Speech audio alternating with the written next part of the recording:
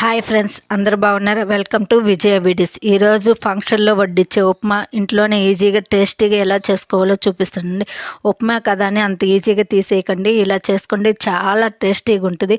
దానికి కావాల్సిన మెయిన్ పదార్థాలు: 1 కప్పు ఉప్మా రవ్వ, 10 జీడిపప్పులు, 5 పచ్చిమిర్చి చిన్నగా కట్ చేసుకుని, 1 క్యారెట్ చిన్న చిన్న ముక్కలు కట్ చేసుకోవాలి, ఒకటి మీడియం సైజు ఉల్లిపాయ కూడా చిన్న చిన్న ముక్కలు కట్ చేసుకోవాలి. కడాయిలో ఉప్మా రవ్వ వేసుకొని కొంచెము ఆ స్మెల్ పచ్చివాసన పోయేంత వరకు ఫ్రై చేసుకుంటే చాలండి. మరీ కలర్ మారిన అవసరం లేదు. కొంచెంగా ఒక 2-3 నిమిషాలు ఇలా ఫ్రై చేసుకొని ఒక ప్లేట్లోకి తీసుకుందాం.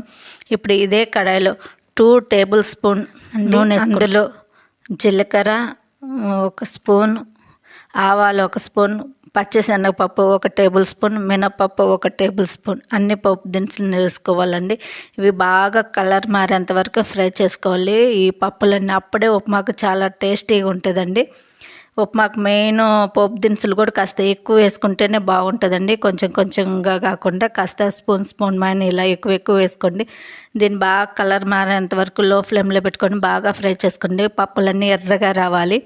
1 రెమ్మ కరివేపాకు కూడా వేసుకోండి. ఇప్పుడు ఇందులో మనం ముందుగా కట్ చేసుకున్న ఉల్లిపాయలు, మిరపకాయలు, జీడిపప్పు, క్యారెట్ అన్నీ వేసుకోండి. వీటిని కూడా ఒక 2-3 నిమిషాలు ఇలా నూనెలోనే ఫ్రై చేయండి. అప్పుడు కొంచెం బాగా ఫ్రై అయితే ఇలా 2-3 నిమిషాలు ఫ్రై చేసినాక మూత పెట్టి బాగా ఈ క్యారెట్ కాస్త మగ్గేంత వరకు ఫ్రై చేసుకుందామండి. 2 నిమిషాలు మూత పెట్టి మగ్గించుకుందామండి. ఇవి మరి మెత్తగా ఫ్రై అవనవసరం లేదు, మళ్ళీ మనం వాటర్లో ఉడుకుతాయి కాబట్టి సరిపోతుంది.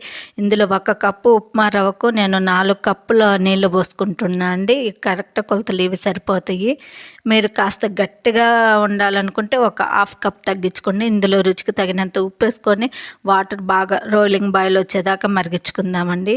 ఫంక్షన్లలో ఇలానే ఉప్మా చేస్తారంటే చాలా టేస్ట్గా ఉంటుంది. మనం కూడా రెగ్యులర్గా గెస్టులు వచ్చినప్పుడు కానీ ఏదన్నా తొందరగా టిఫిన్ చేయాలంటే ఉప్మానే చేస్తాం కదా, చాలా ఫాస్ట్గా అయిపోతుంది. ఇలా వాటర్ బాగా బాయిల్ అయినాక ఇలా ఉప్మా రవ్వ వేసుకుంటూ బాగా కలుపుకోవాలి. ఇలా కలుపుకుంటే ఉండలు లేకుండా ఉంటుందండి. ఈ విధంగా మీడియం మంట మీద పెట్టుకొని ఒక 2-3 నిమిషాలు ఇలా కలుపుతూ ఉడికించుకుంటే ఆ వాటర్కి అదంతా బాగా ఉడుకుతుందండి.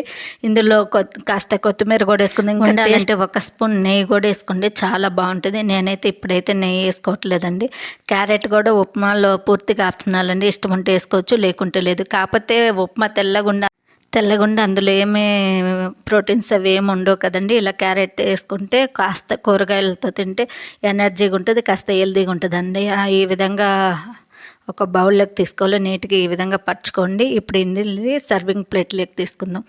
చూడండి, ఎంతో టేస్ట్ అయిన ఈజీగా ఫంక్షన్ స్టైల్ ఉప్మా రెడీ అండి. పైన నేను కాస్త జీడిపప్పుతోటి డెకరేషన్ చేసిన. దీంట్లోకి క్విక్గా పల్లీ చట్నీ ఎలా చేయాలో చూపిస్తాను. నేను 4 పచ్చిమిర్చి, 1 గుప్పుడు పల్లీలు వేసుకొని మిక్సీ పట్టుకున్న, వాటర్ వేసుకొని ఇంతండి. కాస్త నీరుగానే ఉంటేనే ఈ పల్లీ చట్నీ బాగుంటుందండి. ఉప్మాలోకి ఈ పల్లీ చట్నీ టేస్టీగా ఉంటుంది. మీరు ట్రై చేయండి. మీకు ఎలా అనిపించిందో కూడా నాకు కామెంట్స్ పెట్టండి.